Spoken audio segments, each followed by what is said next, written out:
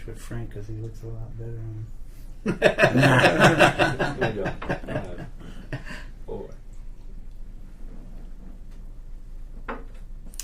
Hello and welcome to What It Is, the show of conversations on music news, history, and culture, brought to you by Independent Arts and Music of Asheville on iamavl.com, broadcasting live from Echo Mountain Recording Studios in downtown Asheville, North Carolina. I'm Joe Kendrick, very glad to be your host on the show, joined by panelists Josh Rhinehart, Joe Carney, Daniel Coston, and Frank Zipperer. We're exploring the music that we love today in the form of conversations and pictures as we talk about music photography and showcasing all of the wealth of talent and experience of our guest panelists, delving into how they got where they are in music photography, showing a lot of their favorite photos, talking about their favorite stories of behind the scenes and how you can also get into this and have some fun with music photography. Starting out, guys, there is so much to talk about. We've got a whole lot of photos that we can showcase. But let's just start off with a little bit about you.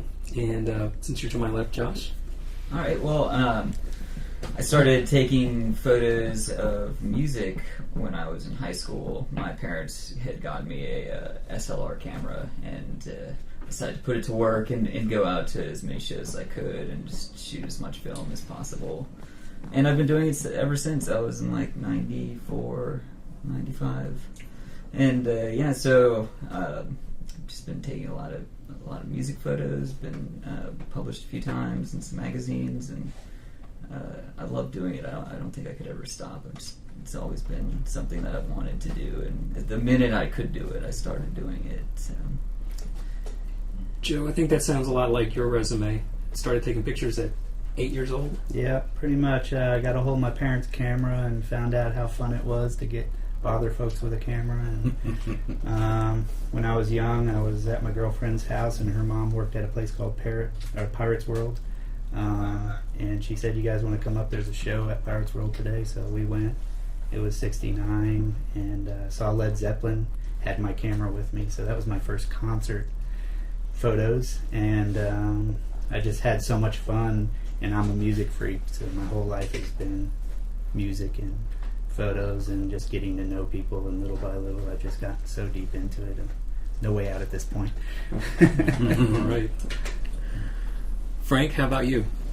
Well, I'm only recently into the music photography world. I've been a nature photographer for about 30 some odd years, and primarily where it was displaying work of large macros of flowers and landscapes and things. And then when I moved to Asheville, our next door neighbor, Sharon Lamott, was very influential with the jazz scene here, and she got us started going over to Tresses on the Monday night jazz vocal series. And I asked her if I could bring my camera, and she said sure. So I just started taking pictures, and after doing that for a while, I started meeting other musicians and going to other venues, and so that's kind of how I got started. I've been doing it about 3 years now, well, actually about 2.5, and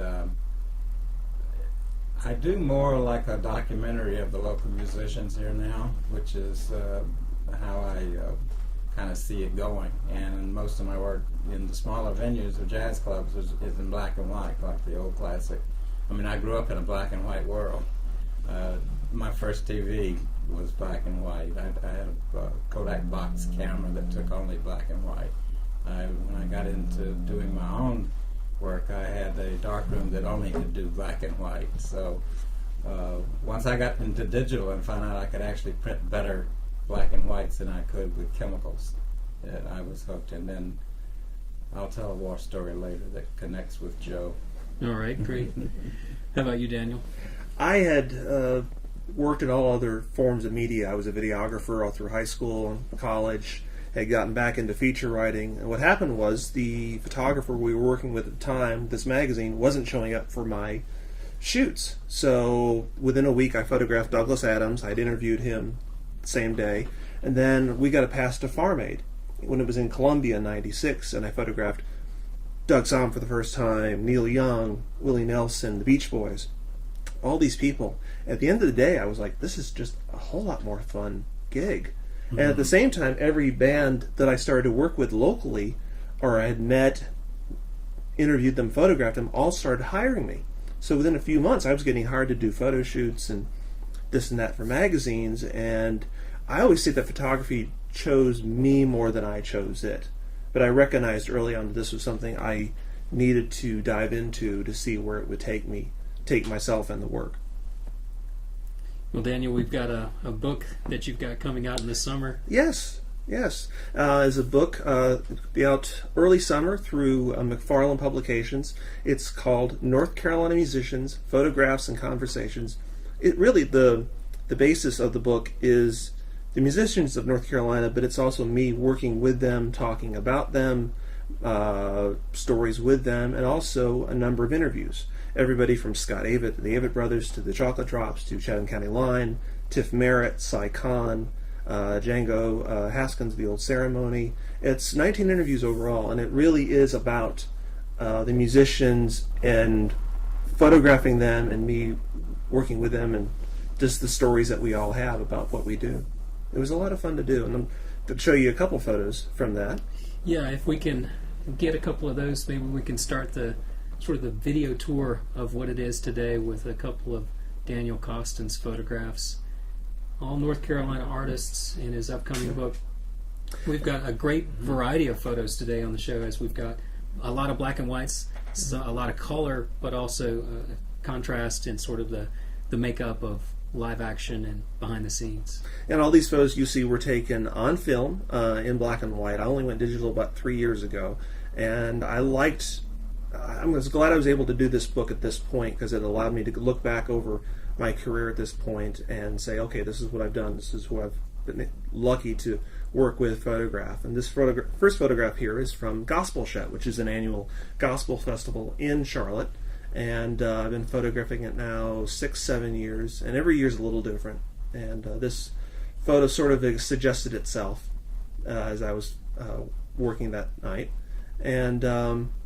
And you'll see throughout this book, it's everybody, it's all genres. You have Andy Griffith. This is taken at UNC Chapel Hill when he donated his archives to the university. That is the guitar that he played on the tour for A Face in the Crowd.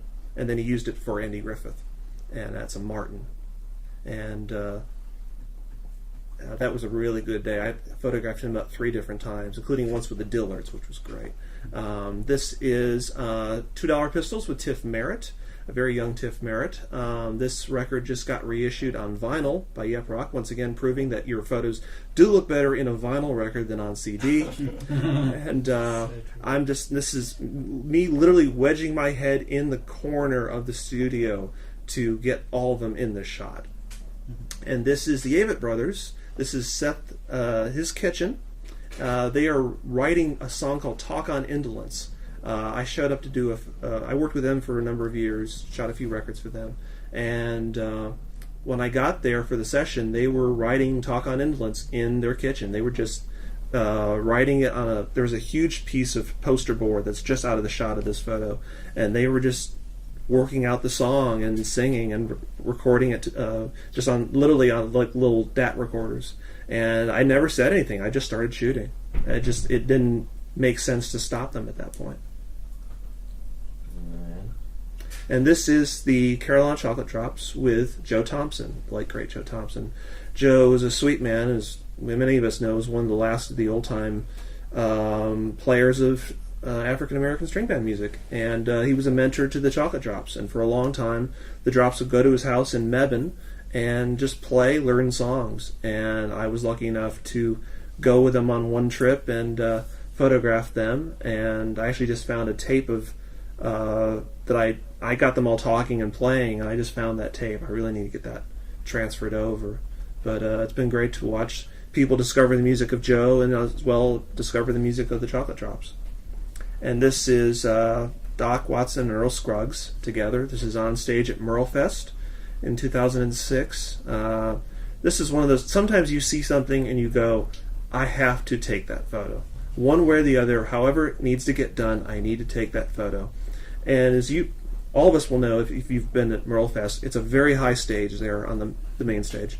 And I ran into the crowd because both Earl and Doc were sitting down, I ran into the crowd about several rows, and so I could get an angle where I could get the two of them and shoot over the monitors.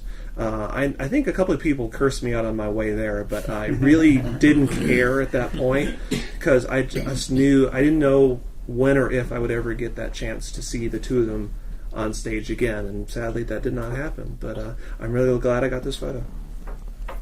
Well, this is great stuff. So, talking a little bit about behind the scenes, before we go ahead and expend all our ammunition and show everybody's photos all at once at the first part of the show. Josh, let's start with you. You've been to Bonnaroo a number of times, and a lot of your photos are from places like that, also from Mogfest from a couple years back. Mm-hmm. Tell us about some of your favorite stories about being there to capture the picture, what that might be like for somebody on the sideline.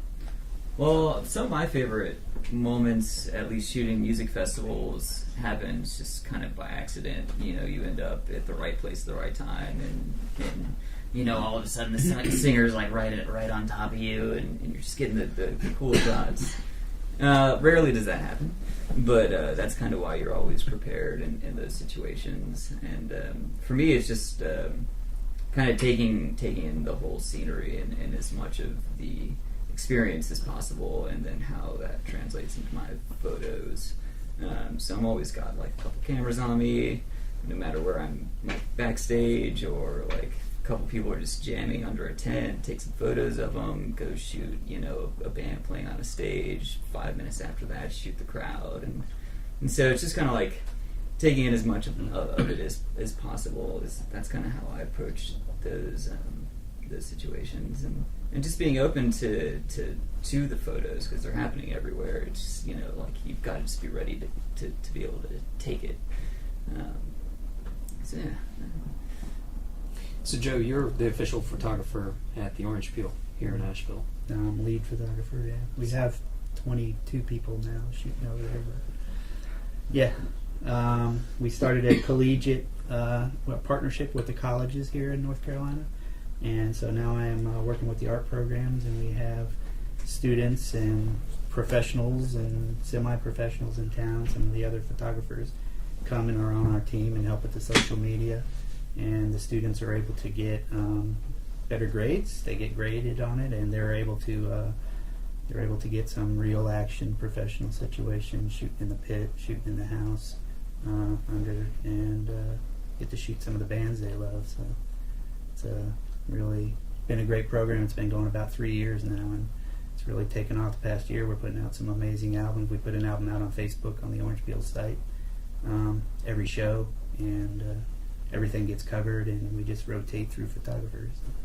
Have a lot of fun with it. Yeah, and as far as backstage stuff, and behind the scenes, I've always been a huge festival lover, and I love going to festivals. I love being a part of big crowds and big happenings, and over the years, getting to know so many bands and so many people, I do get a lot of opportunities to be backstage or come. I've actually was able to come over here with Steep Canyon Rangers and Steve Martin when they did their Rare Birds album over here at Echo Mountain, and shoot all those guys. And I've been to Johnny Sandlin Studios, who did all the early Allman Brothers and Layla and all that stuff. And I've been going down to Ike Stubblefield and John Keane and at Athens a lot and doing stuff in their studios. I really enjoy this kind of situation where it's intimate. The shots you had up that were just, those kind of shots I just love, because those situations are just so far. And I consider myself an archivist, so I'm just keeping a hold of history, and I've got all the photos of all my friends and all the campouts, and I'm also a wildlife photographer, so I have a lot of photographs of history in my archives, and I just really enjoy that. I really enjoy capturing moments that 30 years. I always tell bands, I say, you may not care too much about this photo tomorrow, but 30 years from now, you're really going to want this. Mm-hmm. It's very true. Grace Potter at the Orange Peel, and she showed up this last trip, and they had a piano delivered for her, a brand new piano, and when it got there, it was a maple piano, clear maple, and she wanted a mahogany piano.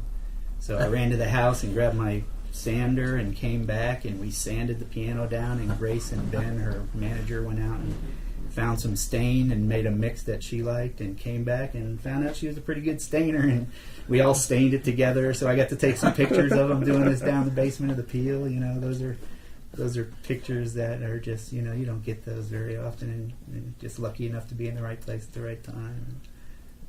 A lot of stuff at Merlefest. I've been shooting Merlefest a lot of years, so the stuff with Doc, I was proud to be able to have some photographs at Doc's funeral while Randy Travis sang. Oh, wow. And they did some photographs, and I got to know him and Henderson a lot, Wayne Henderson, and his family, Kermit, and all them guys. And so, I feel blessed that I've got a funny Doc. My Doc story is, to me, amazing. I grew up in Miami, Florida. I was in high school, and I had a good friend that was Cuban. He was an amazing guitarist. He wanted somebody to learn chords on guitar so he could learn lead. His dad got him a new Martin, so he gave me his old guitar. So we'd start playing guitar out in front of the school. One day he said, "You got to come to my house and listen to this album. It's really amazing." So I go over to his house, and he plays Doc Watson's first album. And I'm like, man, it's like 8 people playing guitar. He's like, no, it's one dude, and he's blind. And and so I learned Doc Watson, and it was like 1973. Fast forward 20 years or so, I moved to Asheville, North Carolina, not realizing he's from here, really not knowing much about all that. And I start going to Be Here Now in those days, and the first Christmas jams and all that. And I saw Doc Watson there, and found out he's from here, so I started following him and going to all his shows, and finally getting to know him and Richard and everybody, and David Holt. And so my story about I've now knowing his brother and all his family, every time I go to Merlefest, it's like a family reunion, and I never could have believed where my life would have taken me, Same way with the Allman Brothers. I dealt with the Allman Brothers when I was really young in the 70s, and now I've gone to the studios. They made all the albums, and it's just been an amazing experience. I don't know why me, It's just been so wonderful. But sometimes it's why not. Sometimes, that's the great thing about photography. You get this opportunity to work with these musicians that you're a fan of or you met along the way, and you have these experiences that not everybody gets to have, and you get to document their lives as well as your lives. Right. And it's something that not everybody gets to do, but it's a great gift. It's truly a blessing. Yeah. Doc is a great example. Doc is one of those people, it doesn't matter how many times you got to see him play, it was never enough. But the fact that we got to go in and interact with him, photograph him, know his family. One of the last times I photographed him was at the North County Music Hall of Fame. He was inducted into that, and I wandered backstage, which was the back of a hotel. I was looking for somebody else, and there was Doc, just him in a room playing to a friend of his. He was playing George Hamilton IV's guitar, and he was just like, "Oh, you want to hear this song?" And this was just playing it, and I just stood there and took pictures of it because I did not want to disturb that moment. But to literally be in the room with him as he's just playing was just remarkable, and I got to have experiences like that because I was a photographer. Very true. Yeah, same here. Well, how about you, Frank? What are some of your favorite stories from behind the scenes, and how do you get to that spot? Well, the one I was talking about with Joe is one of the first shows I saw here at the Orange Peel was Sharon Jones, and I walked in up to the ticket desk with my big camera hanging on with an extended lens, and they said, "No, you can't bring that in." And so I went and locked it in the car and came back in, and during the course of the concert I kept seeing this one guy taking pictures, and then after the concert was over he had her down there taking pictures with fans, and so I went up and introduced myself and said, "Who do you shoot for?" And he said, I'm the lead photographer here, I'm shooting for the house. And I said, "Whoa, how do you get to do that?" And so he sent me some paperwork to sign, and I did, and by God, the first thing he had me do was under Williams, which was fantastic. The only problem with that was when I got there, Joe says, "Bad news, Lucinda says no pictures from anybody at all." The first picture I sent in is a picture of her that luckily I took the 200 400 meter lens. I'm sorry, 70 to 200, and it was actually taken from the back of the from the peel between people's heads and then cropped out into what I think turned out to be a pretty good picture of the Sunday. Yeah. And I've got a lot of them. So. You're just trying to catch the right one. Right. Yeah. Well, that's the thing about digital. I mean, Without his tongue out. I don't do a lot of editing in the camera, but I take lots of shots. Yeah. And then I do editing when I get home and look at them and see which ones actually offer something that might be shared with the public.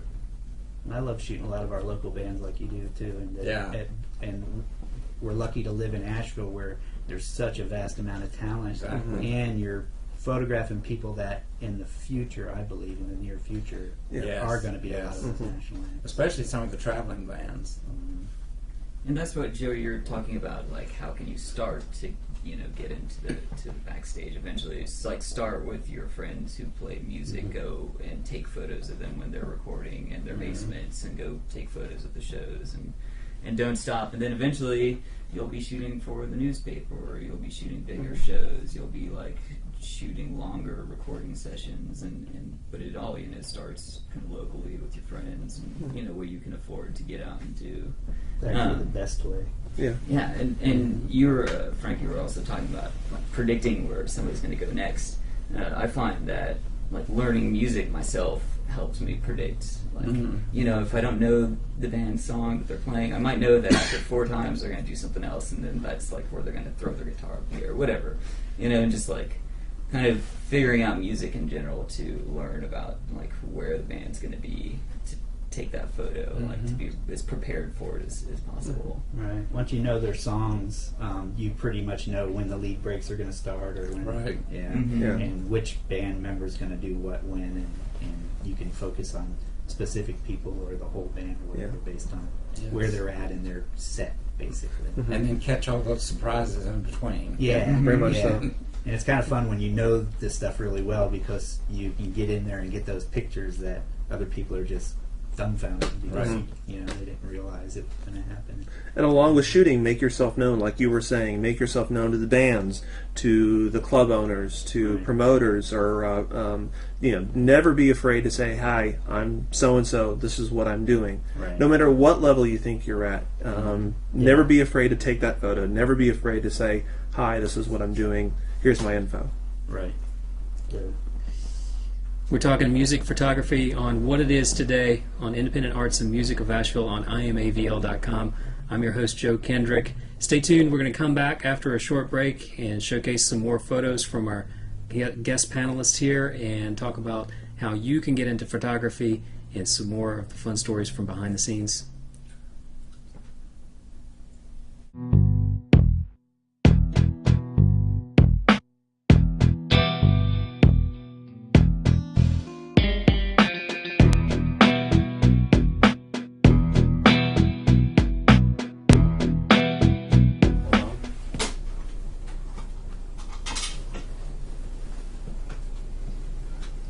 Hello and welcome to What It Is, the show of conversations on music news, history, and culture, brought to you by Independent Arts and Music of Asheville on iamavl.com. We're broadcasting live from Echo Mountain Recording Studios in downtown Asheville, North Carolina. I'm Joe Kendrick, glad to be your host on the video edition of the show. I'm joined by Frank Zipperer, Daniel Coston, Joe Carney, and Josh Rhinehart in our show today on photography, music photography, exploring a lot of our panels' favorite photos and some of their stories from behind the scenes. Also some tips on how you can do as far as making good photographs, good practices, some do's and don'ts in the music world. I want to go ahead and jump back into the conversation with some of your photos, Frank. I know you've got a lot of photos of very intimate venues. Yes. That's kind of where I am now. Although I do like shooting the larger venues and the big shows. I mean, I grew up on rock and roll, so I still like the lights and all that stuff. But I find that since I kind of grew up in a black and white world because of when I was born, that's the way I still kind of see things when I go to the jazz venues, like the old classics.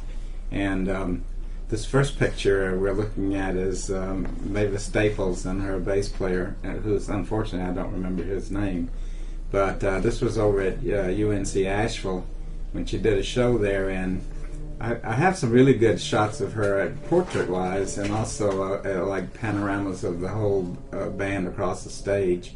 This one was taken from the back of the auditorium at I think I used at about 200 millimeters lens, and she was just really getting playful, and you can see from her expression and his expression how intimate, I mean how this emotional connection is happening, and it really affects, I think, the way that I listen to the music, and maybe even the way the music is being presented. So that was a very nice show. And then the next one, whoops. Yes, this is local musicians, Zach Page and Sonny Thornton. Zach on the left playing bass is probably one of the hardest working musicians in town. He's in different bands, different configurations. Sonny Thornton is, I've often said to him and to anybody else that would listen that if I were deaf, I could watch him play and not hear a thing that he was playing, because he just emits this wonderful aura of being there, and then sometimes being somewhere else that I'm not sure, but the music is incredible. And Zach is an incredible bass player as well. So this is what I like. This is the kind of shots I like to do, is especially two musicians that are kind of connecting with each other as they're playing. And where was this shot again? This was shot at the Altamont Theater, which is a relatively new theater. It's a really great place for listening to music. Well, that's good. There's a bar downstairs, so you don't hear the clinking of glasses and shakes and so forth. And the lighting is great because they have theatrical lighting. They don't always have somebody working there, so sometimes the edges fall off, but with the magic software you can kind of dig back into those. This was also taken at the Altamont. This is Michael Jeffery Stevens on the left and Elliot Waldopian on the right. These are just two incredible musicians. Michael came here from Tennessee by way. Well, he studied and came from New York, and then he was in Tennessee for a while, and came over here. And not too long after I was here, and he started playing over at Tressa's in the Monday night jazz solo things that I used to go to, and this one with Elliot, they're coming up with a CD. This will be out sometime in the near future, and I wouldn't be surprised to see that photo on the CD cover. Nice. Fingers crossed. Mm-hmm. Yeah. I know that feeling well. This is one of my favorites for several reasons. This is Annie Selleck and Pat Bergeson. I don't know, the whole feeling of this photo was sort of accidental, in that not often does the Altamont leave that center panel undraped with a curtain pulled back.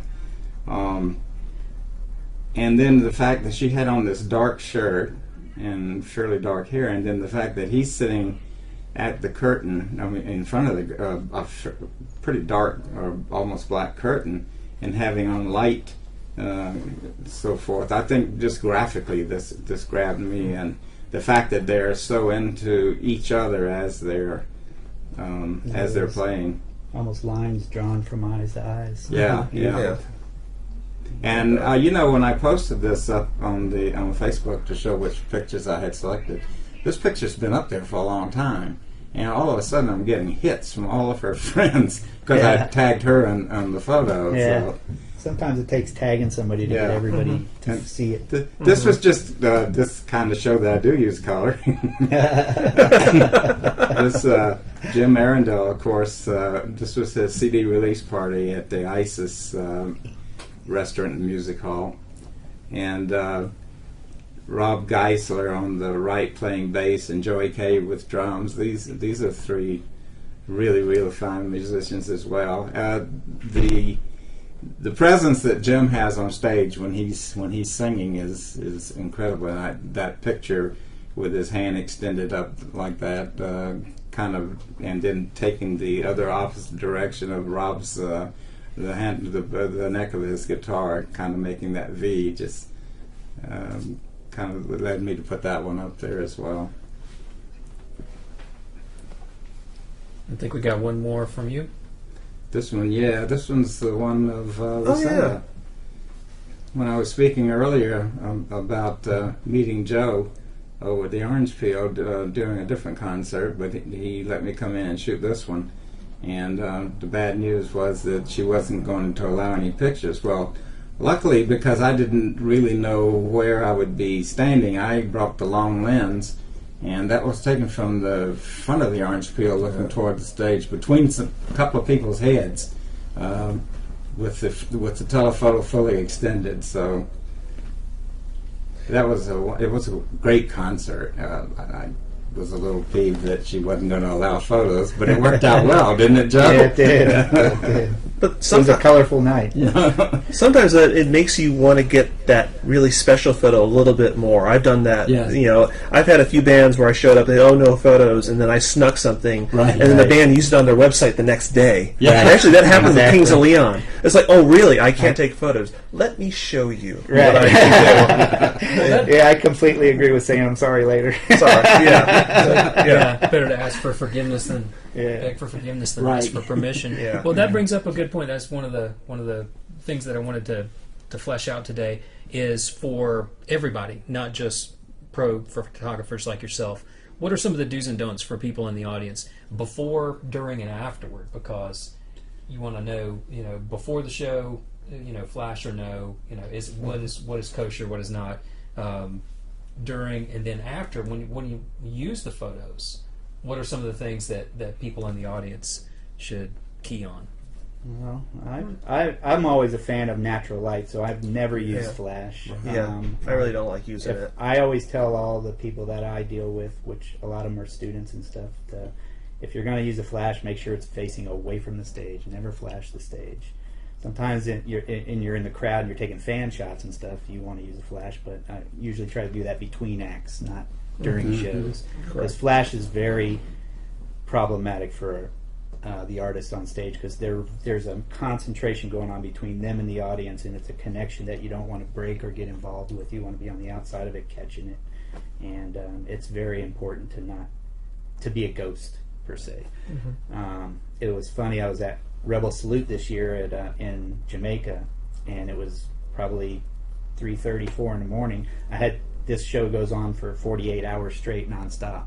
So it's like 3 or 4 in the morning, Sunday morning, and I'm shooting this artist, and I had my camera turned off, and I turned it back on, and forgot to cut my flash off.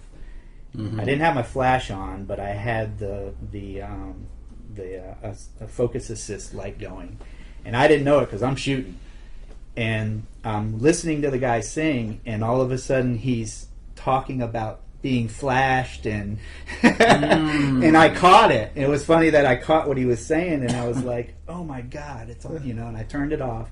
After the show, I went over and said I was sorry, and he laughed, and he was happy that I'd actually understood what he was saying and whatnot. But yeah, flash is not good for us at all. Yeah, and it's another light source. It's another light source that is changing what you're seeing in front of you. Truth. So, and I always say, like, flash for some photographers is like training wheels. It's like if you can figure out a way to shoot the lighting that's there in front of you on the subject in front of you, you'll get a much clearer vision of what you want to shoot, of what you want to get to that camera. Sometimes, in a crowd situation, flash is unavoidable. But if you don't have to use it, don't. I think you'll become a much better photographer in the long run because of it. Completely agree with that.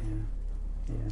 I guess this doesn't pertain as much to point and shoot photography, but some of the setups that I use when I go into a venue, especially in some of the dark ones that I showed, is to set my camera on automatic ISO and put a maximum of 3200 on it, and I generally use a manual exposure setting with I start out at about 1/80th and f4, if it's bright enough, I want to go higher with the shutter speed, because then you can stop some of the action.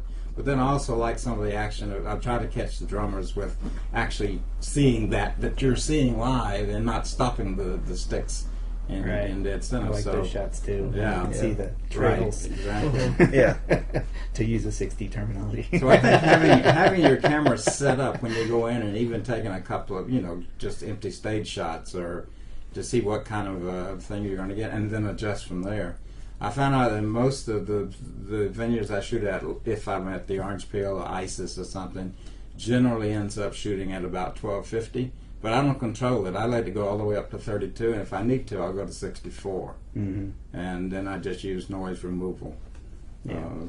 Yeah, that's a good Software. point. Just like knowing your camera controls, Yeah. what it can do, and knowing it in and out, and that helps me a lot.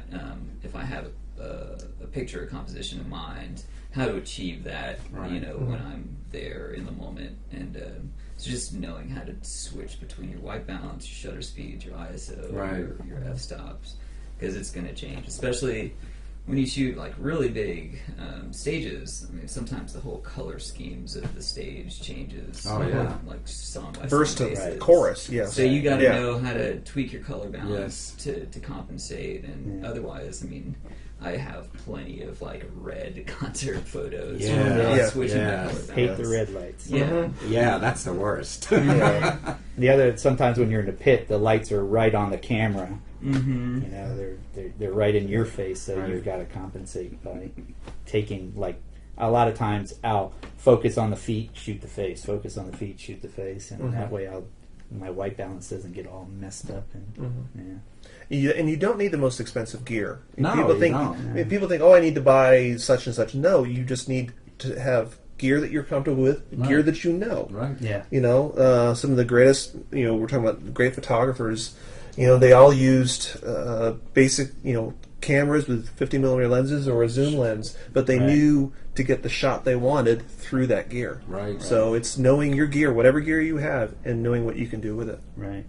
A lot of times when you first get to the venue, while they have the stage kind of lit and the band's not out there yet, but they're getting ready, that's a good time to kind of get a few test shots and see how your light's working and see what the room's like. And so then when things start, you're kind of more comfortable with it. I tell folks that a lot. Yeah, now's a really good time for people to get into music photography because low light, just the artifacts that were on even like a low ISO or noisy like low light pictures through digital cameras is now like being reduced and removed to the point where I feel that I get less grain shooting at a high ISO with a modern digital camera than I did shooting like 1600 or 3200 speed black and white film.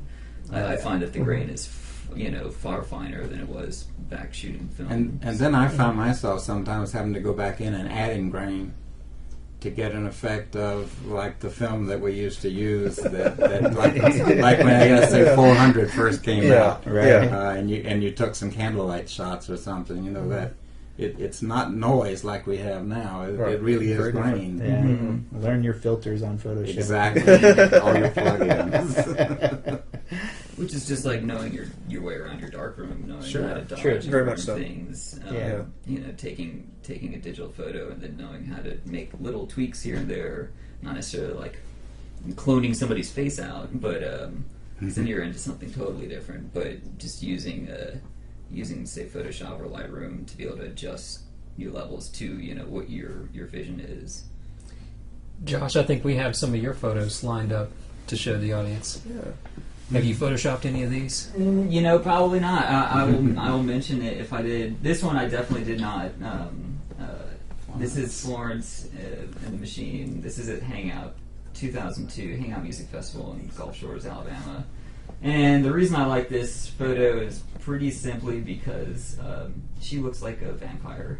And the light catches her just right across her eyes and into her hand.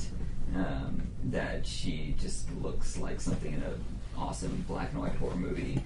And so and it's just the sparseness of this I think also kind of captures the feeling of their show.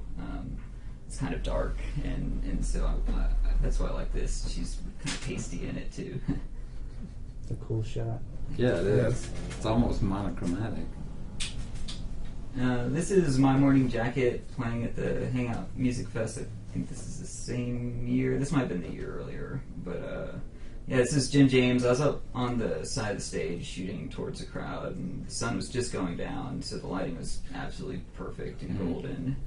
And also, he kind of looks like a vampire. A little, I tend to think of, like, I was always a big fan of National Geographic and nature photography growing up, and so, like, after shooting music for so long, I kind of can't help but, like, find myself equating shooting music to, like, shooting wild animals, and Jim James is a good, he's a hairy guy. He kind of looks like he could be in a zoo, but it's like Mutual of Omaha with better sound, much better music, A lot more animals. more hair.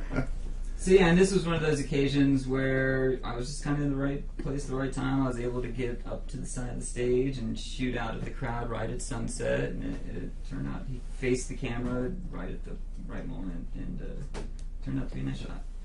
This photo I wanted to include because it is here at Echo Mountain, one of my favorite studios to photograph in because of everything about it. It's amazing. It's just like everything about it is photogenic. Beautiful in there. The light at sunset, or right before sunset, is awesome. So this is the band Dawes recording their yet to be newest album at the church, at the Echo Mountain Recording Church, and I was fortunate enough, a couple of these photos got picked up by RollingStone.com, and they published photos online. And yeah, I just really like that one. I think it's they're recording the album live, so it kind of shows a little bit of what's happening technically with their recording setup, which I'm like always a fan of. And then it's got that two-person thing, Frank, that you were talking about, which I really liked in your photos. Just two people, the rhythm section playing off each other, and even though there's a big giant sound buffer between them. I like that. Yeah. And let's see what else do we have here. Dawes is making big waves these days in the music world. Yeah. And again, you're shooting a band on the way up, and that's something that 5 years down the road you can't go back and reshoot.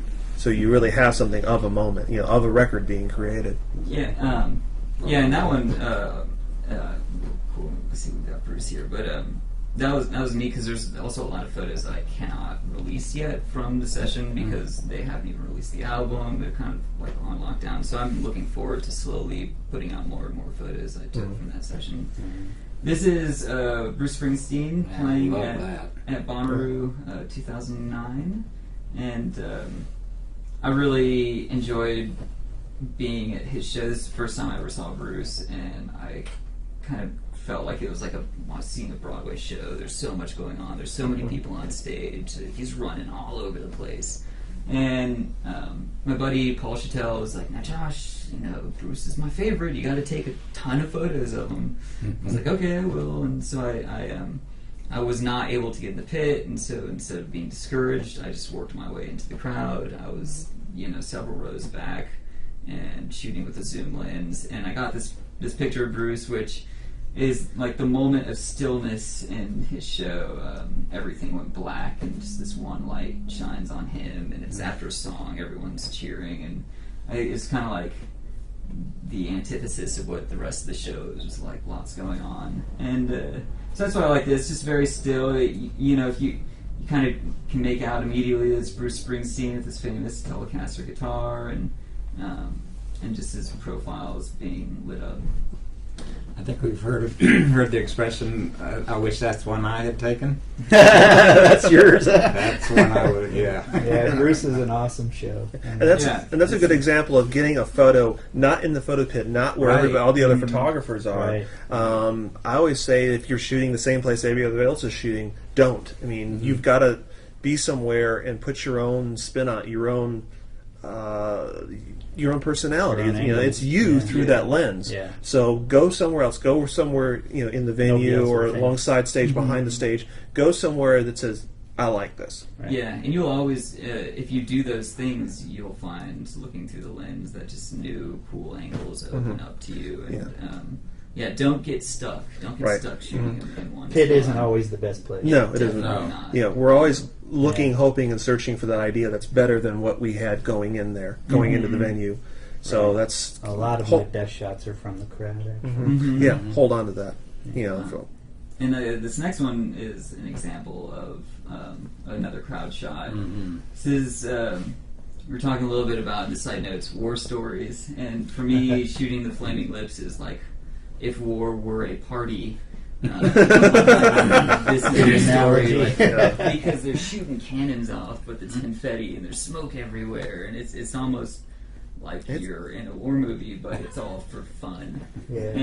So I was hanging out in the crowd. I just had a small camera with me, and I was watching Wayne start to twirl this giant balloon around and around, and I was like, okay, I need to get the photo of him while he's moving it around, holding it straight up and down.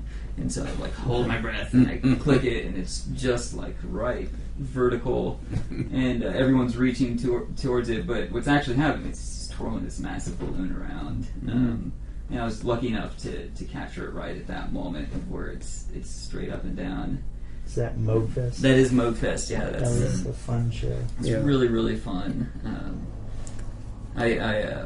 I didn't have media credential passes to that, and on their website they say, no digital SLR cameras. So I was like, okay, cool. I went out and bought a fully manual point and shoot camera. It's the Fuji X100. It's got a fixed lens on it, and it's awesome. It shoots beautiful photos in low light. It shoots really, really good photos.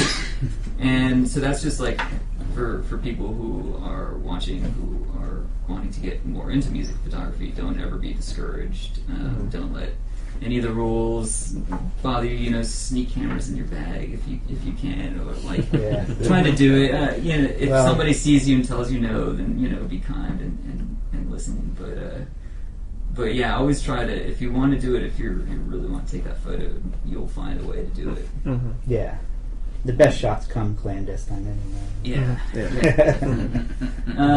And then also, another being in the crowd shot. This is, I think, the same year as the Bruce Springsteen one, 09. This is 9 Inch Nails playing, and I really love this photo because of the crowd and the silhouettes of people throwing up the horns.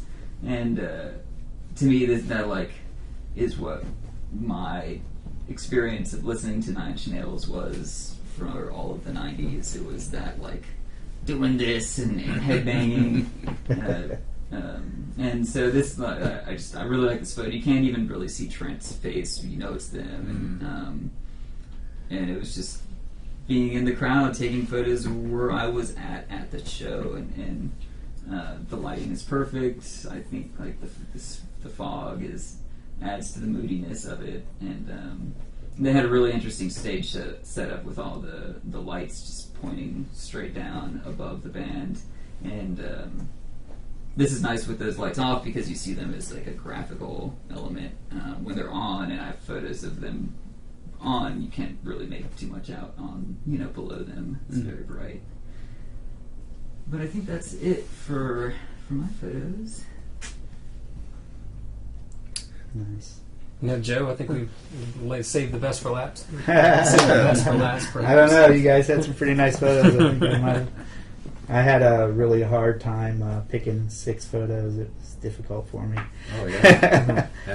You were actually last in line as far as getting us your photos. Yeah. It's just difficult for me to say what are the 6 best for me, because I've got too many, way too many. Yeah. Which is a good problem. I love when people say, "What's your favorite photo?" I'm like, do you have 3-4 days? Yeah. You can sit and look, and you tell me. Yeah. Run through my office for a week. Tell me what you find. Right.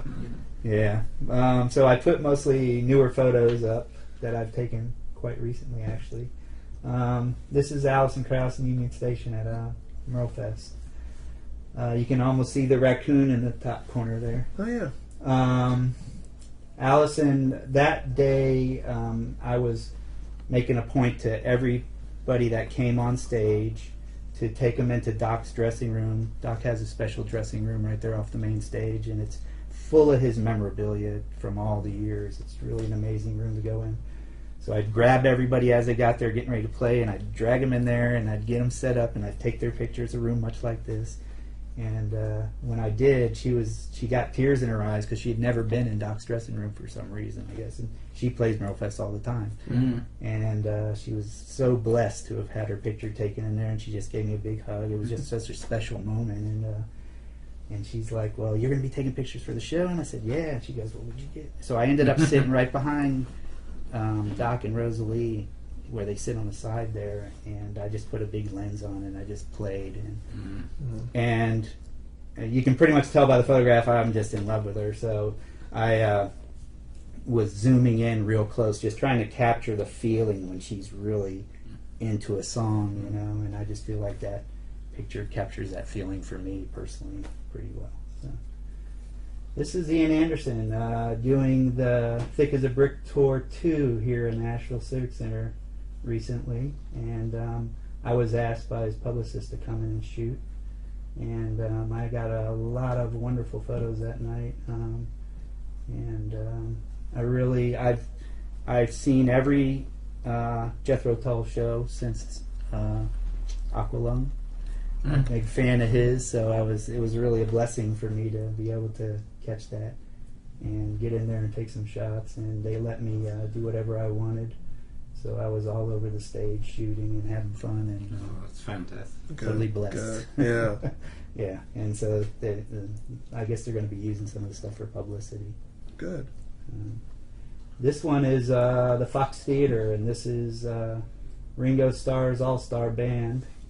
I had some great close-ups I was going to use, like Ringo Starr with a peace sign against his drum has a peace sign on it and stuff, but I chose to use the whole thing because of the color, and I'm really into the colors, and I really like the light show concerts, you know, Pink Floyd, Dark Star Orchestra, all those kind of things. So, and this one was such an amazing show of color and sound, and I feel like, and you're looking at, you've got a fellow that was on all Santana Abraxas. I'm sorry, I'm really bad with names, but he's the piano player that sang. Greg Raleigh? Right. Alex Leisure-Wood? No. I think it was Greg Raleigh. Greg Raleigh, yeah. Played piano and sang Yeah. a lot of the songs on Abraxas. And on the other end there, you've got Todd Rundgren? Todd Rundgren, Oh, yeah. And the fellow next to him is the guy from Mr. Mister. So you heard a little bit of everybody's songs and everybody's music. They all did each other's sets, and then they did a lot of Beatles, you know, all the Yellow Submarine and everything Ringo sang. Really a fabulous show. Really, really amazing. And got asked by their publicist to shoot it, and it was another lucky evening. Fox Theater's a nice place to take pictures of. This is Warren Haynes' Christmas Jam, which happens every year here in Nashville, and I've been shooting it for 20 years, since the Be Here Now days. I didn't get to do any of the Cherry Street stuff. That was before I moved here, but this was a couple years ago, and it's actually the pre-jam at the Orange Peel, and Greg and Warren are playing Melissa, one of my favorite songs in the world from Greg's Laid Back album. And it was just a special moment where their both eyes are closed and they're really into the lead break of it. And I don't know, it's nice to catch those two together doing something that's from my past, you know. Laid Back is my favorite album in the world. And it's something that you've been photographing the Allmans for so long. You've gotten to see and document, you know, the changes, the evolution of that band over time, and that's something that everybody gets to. And it's funny when you go back and look at your photos from 10 years ago, 20 years ago. You suddenly go, "Oh yeah, there has been a lot of change." But you know, vast amounts of change. Yeah, you don't think of it because you're living it day to day, and when you go back and look at the photos, you go, "Oh yeah," and it makes you glad that you were there and you got to see it and document it. Yeah, the Allman Brothers for me is one of my top bands and always has been. And I've been shooting them since the early 70s, 70s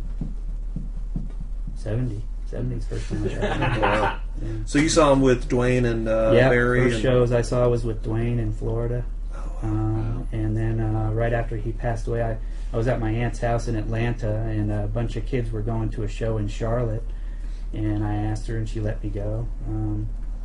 I lied a little. She said, "Well, your mom let you go?" And I said, "Yeah, she'll let me go." So we went to Charlotte and saw the August Jam. It was a weekend festival, and it was just the headliners was the Allman Brothers and Emerson, Lake and Palmer, and I heard that was a free had for the all. Charlotte Motor Speedway set up in quadraphonic sound, and it was just amazing. And I was there with my camera, just having a blast. And Allman Brothers played from midnight till 6 a.m. after Emerson, Lake and Palmer. Really it's a great night, and I got some great photos that night. But that was the beginning of it. I met a couple of the roadies that night, and from then on, they would know my face. And so when I showed up at shows, they'd just let me do what I wanted. Back then, there wasn't really photo passes like there is now and stuff, you know. It's a little more open. Yeah. This here is Rebel Salute, Ocho Rios, Jamaica. I've been shooting this festival for, I think, 8 years. It used to be in a little soccer field on the south side of the island, on the Jamaica, in a little village called Alligator Pond, and they've just this year moved it to Ocho Rios to make it a more larger festival, more people, and let the tourists come, because it used to be, I was pretty much the only white person there. And this is Sizzla. Sizzla was recently in jail in Florida for a while. He got in a little trouble, and this is one of his first shows. Behind him are the Nyabingis, which are some of the mountain people of Jamaica who are Rastafarians, and they all came to praise him, and they had a big ceremony beside the stage, which I also got a chance to photograph. And then during his set, they were all on stage waving banners, and I was right there in the front with my fisheye, that one's right there, and just blowing pictures off, and he walked right up on me and just started playing with the lens, and it was a lot of fun. You can almost smell it. Yeah.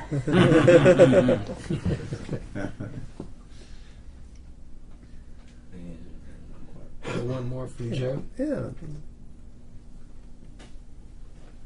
This is a fabulous band called Beats Antique. Oh yeah. They play here in Nashville a lot, and I shoot them at the Orange Peel a lot. And her name is Zoe, and she's amazing. I guess it's belly dancing. She's a dancer. It's kind of an electronic band. They have a little bit of a MIDI sound to their music, and they have a drummer and a fellow that plays multiple instruments, from piano to horns to banjos, and she plays some percussion and mostly dances with a lot of different costumes, and really a great band to listen to, and photographing her is just amazing. So a lot of fun with that band. And this is the last show when they were at the Peel. And I had some other shots that were like the whole band and stuff, but I just caught her face so good, and the spirit of her dancing, I think I felt like he was in close to her. All right, guys. It's been a lot of fun. Yeah, it's really Yeah, nice. it has. Yeah. Before we wrap up, though, I never got around to asking you some of your heroes. Could we quickly go through and can you name some influences, some people that you really Well, I liked? didn't have that many influences as far as music photography until recently, and that's when I started joining some music photography groups and so forth. And the latest one is Jimmy Katz, who has been doing this for like 20 some odd years in New York City. But my primary influences were John Sexton, Ansel Adams, Ed Weston, and Paul Strand, as far as photography. Yeah, my influences were all older photographers. Everybody from Edward Steichen, particularly in portraiture. I mean, Steichen's amazing, and Steichen changed his work every 10, 15 years. He was one of those people, like Abaddon, you looked at and you said, oh wow, if I'm at this long enough, I can get there, I can get to that place and then change my work and take it to a different place. That's what drew me in. All the Beatles photographers, everybody from Robert Freeman, Bob Whitaker, John Kelly, Ethan Russell, you know, those are the people I looked at. And a lot of blues photographers, Elmer Leonard, just great blues and jazz photographers like this pulled you into the music that the musicians were playing. I was like, I want to do that. What about you, Joe? Yeah, my Ansel Adams is definitely one of my favorite photographers in the world. And as far as music photographers, you know, I've not really studied a lot of them, honestly. The way I came into music photography, I was on my own. It just happened. It's part of my blood, and So I would say, I have looked at books from Annie and Leibowitz and Herbritz and those guys, and but I don't know that I've ever studied enough and followed anybody to feel like I'm using them as training of them. I just kind of shoot what I think, and that's what I've always done.